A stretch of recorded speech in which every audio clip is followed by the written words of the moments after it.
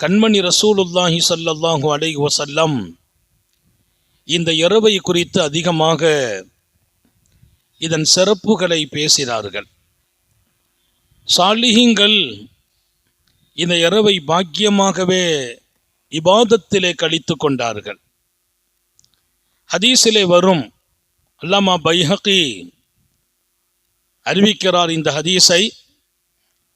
ஷாபானினுடைய 15ஆம் இரவு, பராத்தினுடைய இரவு வரும்போது, இதா கான லைலத்துன் நிஸ்ஃபி மின் ஷஅபான் வநாதா முனாதின், வானலோகத்தில் ஒருவர் அழைப்பார், ஒரு மலக்கு சத்தம் இடுகிறார், ஹல்மின் முஸ்தக்ஃபிர் ஃபஅக்ஃபிர லஹு, என்னிடத்தில் மன்னிப்பு கேட்பவர்கள் இருக்கிறீர்களா?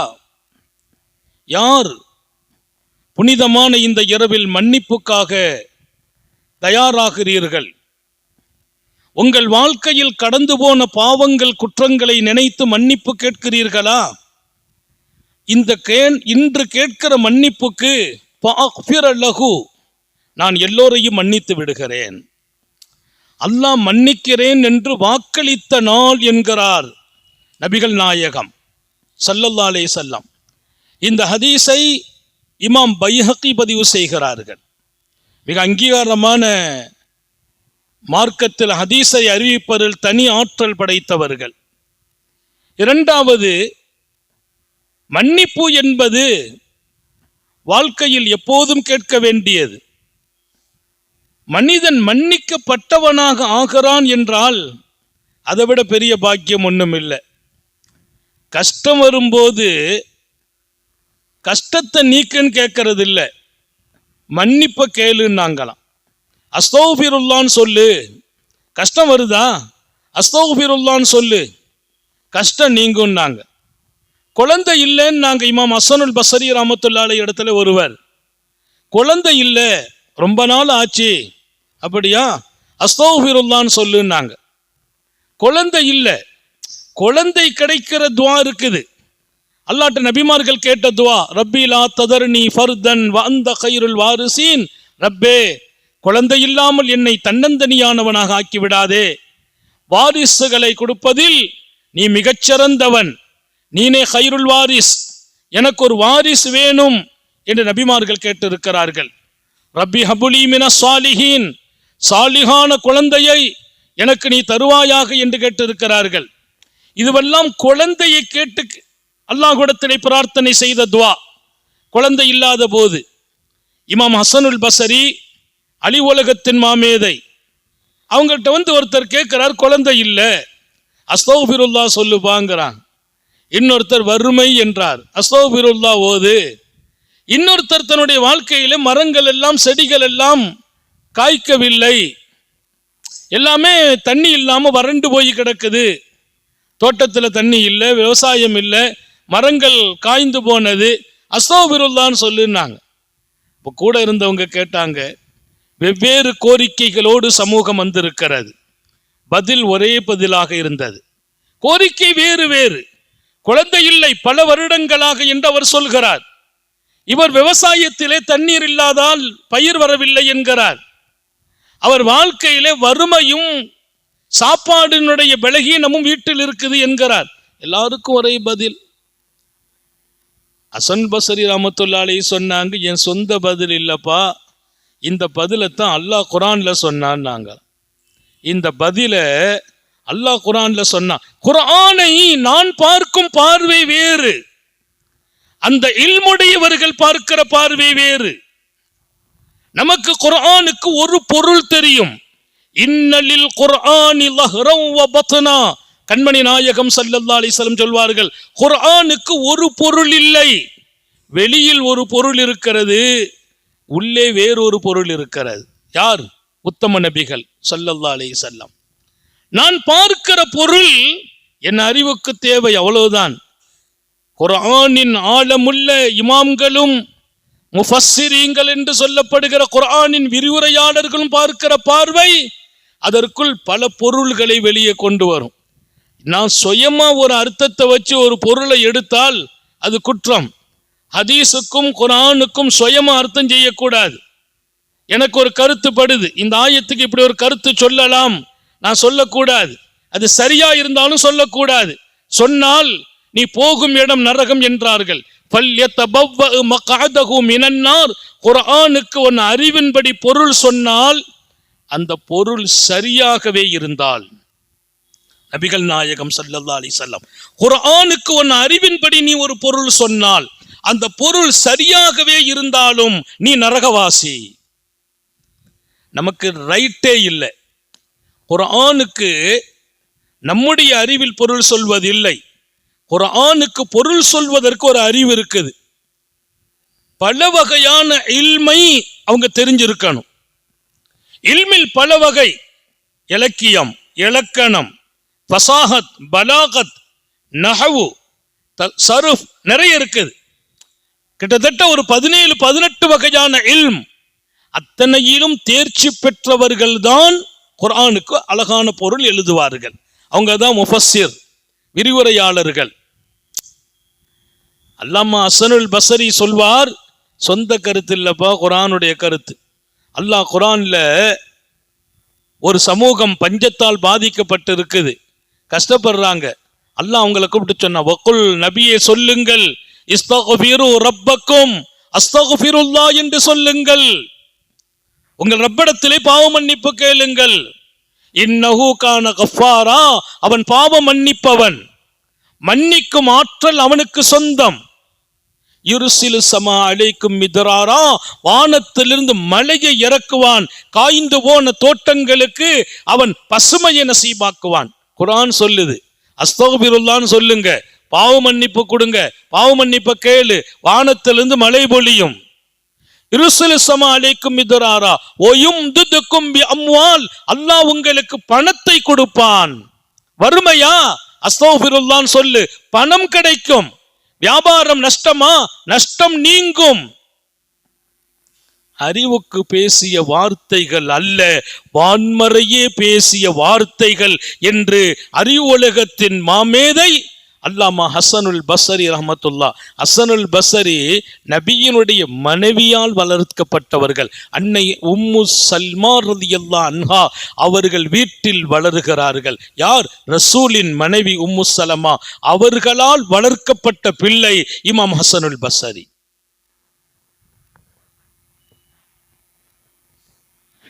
அரசனுடைய அதிகாரிகளும் அரசாள்பவர்களும் ஹஸனுல் பஸரி ரஹ்மத்துல்லாஹி அலைஹி பயந்தாங்க. உலகத்துல இல்மு பயப்படாது, இல்மு இருந்தா எல்லாரும் பயப்படுவாங்க.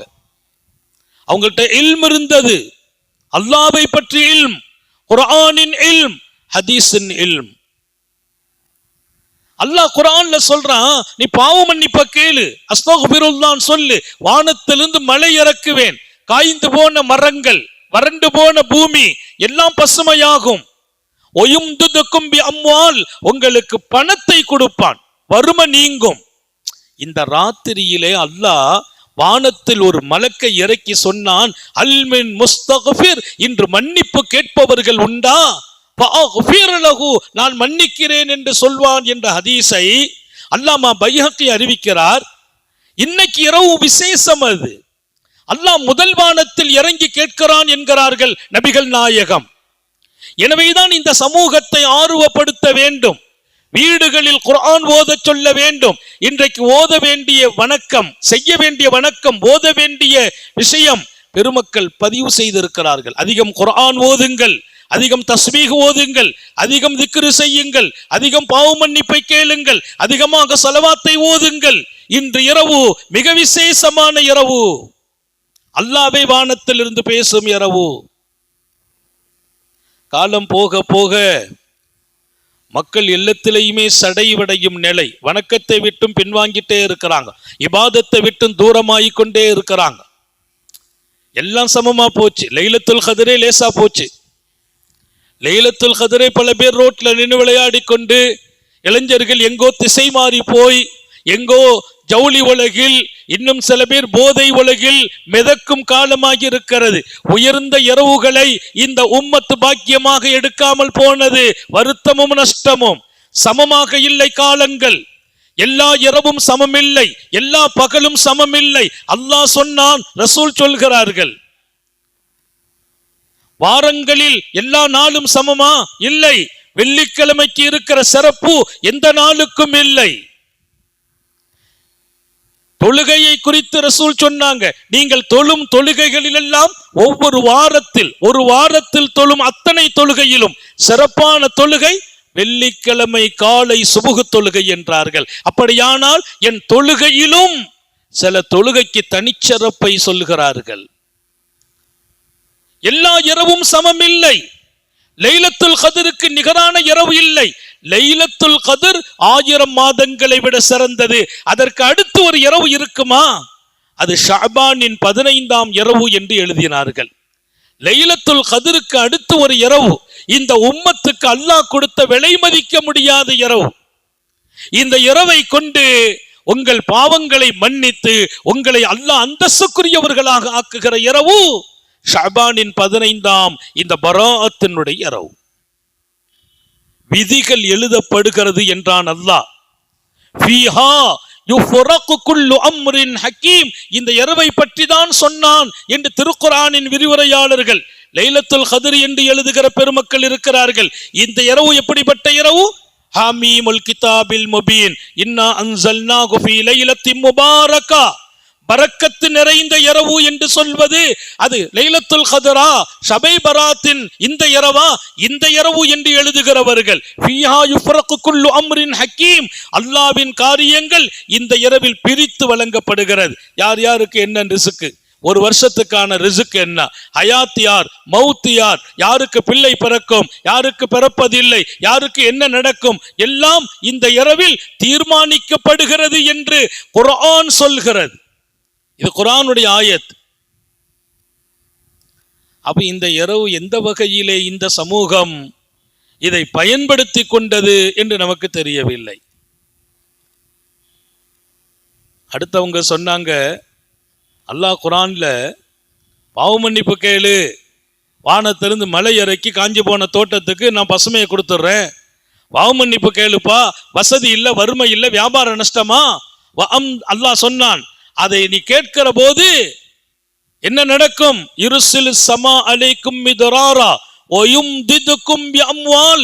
பணங்களின் வகைகள் அத்தனையும் அல்லாஹ் கொடுத்து விடுவான். வ பனீன், ஆண் குழந்தைகளை கொடுப்பான். அல்லாஹ்வை பொறுத்த வரையில் ஆண் குழந்தை என்ன, பெண் குழந்தை என்ன, எல்லாத்தையும் அவன் கொடுக்கறான். ஆனா இந்த ஆயத்துல உங்களுக்கு ஆண் மக்கள் பிறக்கும். அஸ்தக்ஃபிருல்லாஹ் அதிகமா ஓதுங்கள். குழந்தை இல்லையா?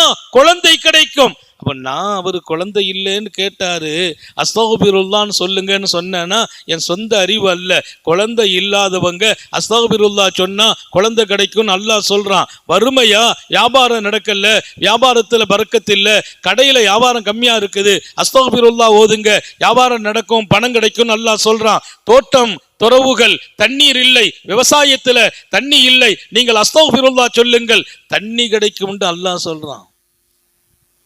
இந்த இரவில் பாவ மன்னிக்கப்படும். அடுத்து கேட்டாங்க, அந்த மலக்கு சொல்வாங்க, அல்மின் சாயில், கேட்பவர்கள் உண்டா? தேவை யாருக்கு இல்லை? தேவைகள் யாருக்கு இல்லை? எல்லாருக்கும் தேவை. தேவை வித்தியாசப்படலாம். எனக்கு இருக்கிற தேவை வேற, உங்களுக்குள்ள தேவை வேற. தேவையில்லாத மனிதர்கள் இல்லை. ஏன்னா எல்லாரையும் தேவையுடையவங்களை அல்லாஹ் ஆக்கி வச்சான். எதற்காக? அப்பந்தான் அவன்கிட்ட கேட்பாங்க. அல்லாஹ்வுக்கு பிரியம் அவன்கிட்ட கேட்டுக்கிட்டே இருக்கணும். அல்லாஹ்வுக்கு பிரியம் அவனிடத்தில் கேட்பது. கேட்பவர்கள் வேண்டும். அவன்கிட்ட கேட்டால் அவன் சந்தோஷப்படுவான். இன்னொரு ஹதீஸ் ரசூல் சொன்னாங்க, அல்லாஹ் கேட்காவிட்டால் கோவப்படுவான். அல்லாஹ் நமக்கு எவ்வளவு பெரிய கருணை உள்ளவன். கேட்டா சந்தோஷப்படுவான், கேட்காவிட்டால் கோவப்படுவான். அல்மின் சாயிலின் ஃபஉதியா. இன்று இரவு கேட்பவர்கள் உண்டா? தேவைகள் யாருக்கெல்லாம் இருக்குது கேளுங்கள், நான் கொடுத்து விடுவேன் என்கிறான். அவன் கேட்டா கொடுக்கிறவன், எப்போதும் கொடுக்கிறவன், இன்னைக்கு விசேஷமாக. அப்ப இந்த இரவை பயன்படுத்துங்கள். தேவைகளை அவனிடத்தில் கேட்போம். கேட்கிற போது அவன் கொடுக்க தயார் என்று சொன்னான் மாத்திரமல்ல, கேளுங்கள் கொடுக்கிறேன். இமாம் பைஹக்கி ரஹ்மத்துல்லாஹி அலைஹ் இந்த ஹதீஸை சமூகத்துக்கு அறிவித்து விட்டு இன்னைக்கு ராத்திரி சில பேருக்கு மன்னிப்பு கொடுக்கறது இல்ல, சில பேருக்கு மன்னிப்பு கொடுக்கறது இல்ல. யாருக்கு கொடுக்கறது இல்ல? இந்த இரவும் சில பேர் நசீப் இல்லாம போயிடுவாங்க. இந்த இரவுல கூட பல பேருக்கு அந்த பாக்கியத்தை அல்லாஹ் தடுத்துருவான். யாருக்கு? யார் விரோதமான எண்ணங்களும் பொறாமைகளும் காழ்ப்புணர்ச்சியும் உள்ள மனம் உடையவர்களோ அவங்களுக்கு மன்னிப்பு இல்லை. தங்களுக்கு மத்தியில விரோதங்களோடு காழ்ப்புணர்ச்சியோடு இருக்கிறார்களே அவங்களுக்கு மன்னிப்பு இல்லை. எங்க எல்லாம் உறவுகளை பிரிந்திருக்கிறார்களோ அவர்களுக்கு மன்னிப்பு இல்லை. அல்லாஹ் நம்மை பாதுகாப்பானாக. உறவுகள் பிரிந்திருந்தா அல்லாஹ் சொல்வானா, அவங்க சரியாகட்டும், அப்புறம் மன்னிச்சுக்கிடுவோம், அவங்க சரியாகட்டும். அப்ப இன்று இரவு கூட மன்னிக்கப்படுகிற பாக்கியம் கிடைத்தும் நசீபில்லாமல் போகிற அந்த கூட்டம், இன்னைக்கெல்லாம் உள்ளங்கள் நிறைய கெட்டு போயிருக்குது. ஒருத்தருடைய வளர்ச்சி ஒருவரால் தாங்க இயல்வது இல்லை. பொறாமைகள் இருக்கிறது, காழ்ப்புணர்ச்சிகள் இருக்கிறது, விரோத போக்குகள் வளர்ந்து இருக்கிறது. வெளியில இல்லை, வீட்டுக்குள்ளேயே ஒருத்தருக்கு பிடிக்கிறது இல்லை, அண்ணன் தம்பி ஒருத்தருக்கு ஒருத்தர் பிடிக்கிறது இல்லை. இந்த விரோத போக்குகளால் உறவுகள் பிரிந்து கிடக்கிறது. எங்கெல்லாம் உறவுகள் முறிந்திருக்குமோ அவர்கள் சரியாகிற வரையிலும் மன்னிப்பு இல்லை என்ற ஒரு அறிவிப்பையும் அல்லாஹ் இன்று இரவு செய்கிறான். அல்லாஹ் நம்மை அந்த நிலையில் இருந்தும் பாதுகாப்பானாக. இணக்கத்தோடு வாழணும். சமூகத்தில் பிணக்கு கூடாது, ஒற்றுமை இழந்துடக்கூடாது, விரோதங்களை வளர்க்கக்கூடாது. அதனால தான் பெரும்பாலும் உள்ளங்களில் தான் உம்மத்தின் மீது உழைப்பு செய்யணும். சில சூஃபிகள் எழுதுறாங்க, இந்த இரவு உள்ளத்தை சரி செய்கிற இரவுங்கிறாங்க. அதனால தான் உள்ளங்களில் விரோத குணங்கள் இருந்தால் மன்னிக்கிறது இல்லைன்னு ஏன் அல்லாஹ் சொன்னா? உள்ளத்தை சரி செய்வதற்கு இந்த இரவுல அல்லாட்ட கண்ணீர் வடியுங்கள். இன்னைக்கெல்லாம் அமல்கள் இருக்குது, தொழுகை நடக்குது, துவா நடக்குது, ஆனால் உள்ளம் என்பதோ இன்னும் விரிவடையவில்லை, விசாலம் அடைவதில்லை. உள்ளங்களிலே காழ்ப்புணர்ச்சிகளும் தீய சக்திகளும் பாவ எண்ணங்களும் அது மிகைத்து கொண்டே இருக்கிறது. உள்ளத்தை சரி செய்தால் உலகமே நம்ம காலடியில் வந்து வீழும். நம்ம சரி செய்ய வேண்டியது நம்ம நப்சை சரி செய்ய வேண்டிய ஒரு நல்ல காலங்களில் இந்த இரவும் ஒன்று என்று சூஃபிகள் ஒரு வகையிலே பொருள் எழுதி கொண்டிருப்பார்கள். எனவே ரொம்பவும் பாக்கியமான பரக்கத்தும் அருளும் நிறைந்து அல்லாவே முன்வந்து எங்கட மன்னிப்பை கேளுப்பா, உன்னை மன்னிச்சிடறேன். மன்னிச்சுட்டா என்ன நடக்கும்? நம்ம என்ன கேட்டாலும் அல்லாஹ் கொடுத்துருவான். யாராச்சும் சுகம் இல்லைன்னா அவங்கள போய் நீங்கள் சந்திச்சு, பெருமானார் ஸல்லல்லாஹு அலைஹி வஸல்லம் சொன்னாங்க, சுகம் இல்லாதவங்க இருக்கிறாங்கன்னா அவங்க வீட்டுக்கு போங்க, அவங்கள நலம் விசாரிங்க, நலம் விசாரிச்சுட்டு அவங்கள்ட்ட உங்களுக்கு துஆ செய்ய சொல்லுங்க, அவங்கள்ட்ட போய் சொல்லுங்க எங்களுக்கு துஆ செய்யுங்கன்னு. நம்ம பொதுவாக சுகம் இல்லாதவங்களை போய் பார்த்தோம்னா அவங்க தான் நம்மள்கிட்ட சொல்லுவாங்க, அதில் துஆ செய்யுங்க. ஏன்னா அது சுகம் இல்லை, துஆவுக்கு தேவை. நபி பெருமானார் ஸல்லல்லாஹு அலைஹி வஸல்லம் சொல்ற இந்த ஹதீஸ் என்ன? சுகமில்லாதவர்களை போய் பார்த்தால் நலம் விசாரித்து விட்டு அவங்கள்ட்ட நீங்க சொல்லுங்க எங்களுக்காக துஆ செய்யுங்கன்னு. என்ன யா ரசூலல்லாஹ், அவங்க தானே நம்ம துஆவை எதிர்பார்ப்பாங்க. அப்படி இல்லப்பா, அவங்க உங்களுக்கு இப்போ துஆ செய்யணும். ஏன் தெரியுமா? அவங்க உடல்நலம் குறைவானதுனால அல்லாஹ்க்கு ஒரு பெரிய கிஃப்ட் கொடுத்துட்டான், அவங்க பாவத்தை பூரா மன்னித்து விட்டான். இப்போ அவங்க மன்னிக்கப்பட்டவங்க, அவங்க துஆ கேட்டா கபூல் ஆகும்னாங்க. நீங்க கேட்கிற துவா இல்ல, அவங்க கேட்கிற துவா கபூல். ஏன்? அவங்க மன்னிக்கப்பட்டார்கள். நான் சொன்னேன் பாவம் மன்னிக்கப்படும் இரவு இந்த இரவு. மன்னிக்கப்பட்டால் நாளைக்கு நான் சுபூல துவா கேட்டாலும் கபூல் ஆகிடும். பவர் கிடைக்கிற இரவு. பாவம் மட்டும் மன்னிக்கப்பட்டுச்சு வைங்கள, பவர் கிடைச்சிரும். இன்னைக்கு பவர் எல்லாம் குறைஞ்சிருக்குது, நம்ம கேட்டாலும் கிடைக்கிறது இல்லை. இங்கே உத்தம நபியின் அந்த வார்த்தை நம்முடைய நினைவில் நிறுத்தப்பட வேண்டும். எனவே அருள் நிறைந்த ஷாபானின் 15ஆம் இந்த இரவை சமூகம் சரியாக பயன்படுத்த வேண்டும். இங்கே கொஞ்ச நேரம் ஆர்வம் மூட்டி விட்டுருவோம். இரவுகளில் வீட்டுக்கு போயிட்டீங்கன்னா கொஞ்ச நேரம் நின்று வணங்குங்கள், குர்ஆனை எடுத்து ஓதுங்கள், தஸ்பீஹ் ஓதுங்கள், இரவிலே தஹஜ்ஜத்தை ஹயாத்தாக்குங்கள், சஹர் வைத்து நாளைய நோன்பை நசீபாக்குங்கள், பிள்ளைகளை ஆர்வப்படுத்துங்கள். இது போன்ற நல்ல இரவுகளை சந்திக்க வேண்டும். நல்ல இரவுகளில் அமல்களில் ஈடுபட வேண்டும். நம்மை விட்டும் விடைபெற்ற முன்னோர்கள் நம்முடைய குடும்பத்தார்களின் மண்ணறையிலே இந்த இரவு ஜியாரத்திருக்க வேண்டும். ஸல்லல்லாஹு அலைஹி வஸல்லம் ஆயிஷா நாயி வீட்டில் படுத்திருந்தாங்க. ஆயிஷா நாயி நபியை தேடுறாங்க, காணல. ஆயிஷா நாயிக்கு ஒரு மனசில் ஒரு பதத்தை வந்துச்சு, என்ன ரசூல் ஸல்லல்லாஹு அலைஹி வஸல்லம் திடீர்னு காணா போயிட்டாங்க. எழுந்திருச்சு பார்த்தா ராத்திரி மிட் நைட்டாக இருக்குது. பெருமானாரை வீட்டில் காணல. உடனே எழுந்திருச்சு ஆயிஷா நாயகி ரலியல்லாஹு தஆலா அன்ஹா புறப்பட்டு வந்துட்டாங்க. அங்கே போய் பார்க்குறாங்க, இங்கே போய் பார்க்குறாங்க, எங்கேயும் இல்லை. கடைசியில் வந்து பார்த்தால் ஜன்னத்துல் பக்கியில் நிற்கிறாங்க. ஜன்னத்துல் பக்கி சஹாபாக்கள் அடக்கப்பட்ட கபுரிஸ்தான், மதீனாவிலே மஸ்ஜிது நபவி பக்கத்தில் இருக்குது. அங்கே நிற்கிறாங்க.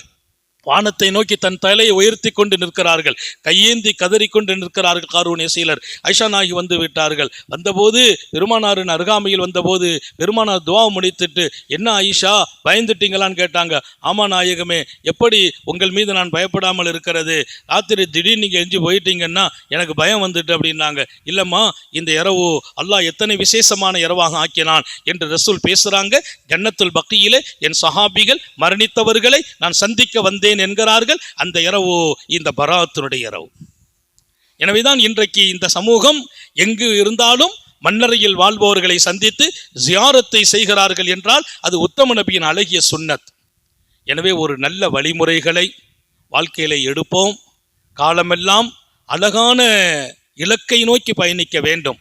மன்னிக்கப்பட்டவர்களாக, தேவைகளை அல்லாஹ்விடத்தில் கேட்டு பெறக்கூடியவர்களாக ஆகுவதற்கு இது போன்ற சில இரவுகளையும் அல்லாஹ்வும் ரசூலும் காரணமாக்கி, இன்னைக்கு என்ன விசேஷம் நீ கேட்டா நான் கொடுத்துட்றேன், நீ மன்னிப்பு கேட்டா மன்னிச்சிடுறேன். அதே சமயம் உங்களோட தப்பான வாழ்க்கை இருக்குது, மனசு சரியில்லை, உள்ளங்கெட்டு போய் இருக்குது, உறவுகளை பிரிஞ்சிருக்கிற.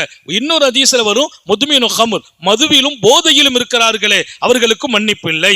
இன்னும் கஞ்சா அப்படின்னு இது போன்று மதுவுகள்ல சில பேர் இன்னைக்கும் அடிமைப்பட்டு கிடப்பாங்க. அந்த ஆட்களுக்கெல்லாம் மன்னிப்பு இல்லைங்கிறான் அல்லாஹ்வுடைய ரசூல். எனவே பரிசுத்தமான உள்ளங்களும் இங்கே தேவைப்படுகிறது. அல்லாஹ் நமது உள்ளங்களை பரிசுத்தமாக்கி அவன் நெருக்கத்தையும் தொடர்பையும் பெறுகிற ஒரு நல்ல வாய்ப்பை இந்த இரவிலிருந்தும் இந்த ஆண்டு துவங்குகிறது. அல்லாஹ் நம்மை நசீபாக்கி வைப்பானாக, நமது பிரச்சனைகளை தீர்த்து வைப்பானாக, கவலைகளை நீக்குவானாக, சமூகம் எங்கும் நிம்மதியோடு வாழச் செய்வானாக. யாரிடத்திலும் அவமானப்பட்டு விடாமல், நம்முடைய உரிமைகள் பறிக்கப்பட்டு விடாமல், அல்லாஹ்வின் தொடர்பை விட்டும் தூரமாகி விடாமல், சாலிஹீன்களின் பாதையில் நடப்பதில் ஒரு பெரிய இலக்கு இருக்க வேண்டும். வாழ்க்கை நிரம்ப வெற்றியாளர்களாகவே இருக்க வேண்டும். அல்லாஹ்வின் அருளுக்குரியவர்களாக மாற வேண்டும் என்ற சீரிய சிந்தனையை பிரார்த்தனையாக பெற்று ரப்புல் ஆலமீன் நாமும் நமது குடும்பமும் சமூகமும் வாழ அருள்பாலிப்பானாக. சோதனைகளிலிருந்து பாதுகாப்பானாக. நீண்ட நெடிய நாட்கள் நோய் நொடிகள் இல்லாமல் உடல் ஆரோக்கியத்தோடு மன நிறைவோடு இன்பத்தோடு அல்லாஹுவை நின்று வணங்கி வழிபட்டு வாழும் நசீபையும் பாக்கியத்தையும் எல்லாம் வல்ல அல்லாஹ் உங்களுக்கும் எனக்கும், நம்மை ஈன்றெடுத்த தாய் தந்தையர்களுக்கும், நமது மனைவி மக்கள் உற்றார் உறவினர் யாவருக்கும் கொடுத்தருள் புரிவானாக. நாம் பெற்ற பிள்ளைகளை கண்குளிர்ச்சியாக்கி வைப்பானாக. நமது பிள்ளைகளின் கல்வியில், ஈமானில், அமலில், ரிசுக்கில் அல்லாஹ் பரக்கத் செய்வானாக. நம்முடைய பிள்ளைகளுக்கு உரிய காலத்தில் பொருத்தமான ஜோடிகளோடு திருமணங்களை நசீபாக்குவானாக. குழந்தை பாக்கியங்களை வழங்குவானாக. நபியின் சுன்னத்தில் நின்று வாழச் செய்வானாக. சொர்க்கத்திலும் இந்த உறவை தொடரச் செய்வானாக. குழந்தை உண்டாகியிருக்கிற நமது வீட்டு பெண்களை சுகமாக பிள்ளை பெற்றெடுக்க செய்வானாக. தாயும் பிள்ளையும் ஹயாத்தாக்கி யா அல்லாஹ் ரப்புல் ஆலமீன் அவர்கள் பன்னெடும் காலம் உன்னுடைய வழியில் உன் ஹபீபு நாயகத்தின் சுன்னத்தில் நின்று நிலைக்கச் செய்வானாக. நமது ஹயாத்து கொடுக்கும் காலம் வரையிலும் ஆஸ்பத்திரி வாழ்க்கையிலிருந்து பாதுகாப்பானாக. அதன் செலவு சிரமங்களிலிருந்து பாதுகாப்பானாக. விடும் மூச்சும் எழும் பேச்சும் அவன் சிந்தனையாக்குவானாக. ஓடும் இரத்தத்திலும் அவன் இஷ்கும் அன்பும் கலந்து ஓடச் செய்வானாக. நீண்ட நெடிய நாட்கள் நோய் நொடிகள் இல்லாமல் உடல் ஆரோக்கியத்தோடு மன நிறைவோடு இன்பத்தோடு அல்லாஹுவை நின்று வணங்கி வழிபட்டு வாழும் நசீபையும் பாக்கியத்தையும் எல்லாம் அல்ல அல்லாஹ் உங்களுக்கும் எனக்கும், நம்மை ஈன்றெடுத்த தாய் தந்தையர்களுக்கும், நமது மனைவி மக்கள் உற்றார் உறவினர் யாவருக்கும் கொடுத்தருள் புரிவானாக. நமது உயிரினும் மேலான கண்மணி ஹாத்தமுன் நபியின் சர்க்காரை ஆலம் சுந்தர நபிகள் ஸல்லல்லாஹு அலைஹி வஸல்லம் அவர்களை கனவிலும் நனவிலும் கண்டுகளிக்கும் பெரும் பாக்கியத்தை அல்லாஹ் நம் எல்லோருக்கும் கொடுத்தருள் புரிவானாக என்ற நல்ல துஆக்களோடு உங்கள் எல்லோருடைய துஆவை ஆதரவைத்து என் வார்த்தைகளை நிறைவுபடுத்துகிறேன். ஆஹிரு தஅவானா அனில் ஹம்துலில்லாஹி ரப்பில் ஆலமீன். அஸ்ஸலாமு அலைக்கும் வரஹ்மத்துல்லாஹி வபரகாத்துஹு. தஸ்பீஹ் தொழுகை 4 ரக்காத்தை கிப்லாவை முன்னோக்கி இமாமை பின்தொடர்ந்து அல்லாஹ்வுக்காக தொழுகிறேன். தக்பீர் கட்டின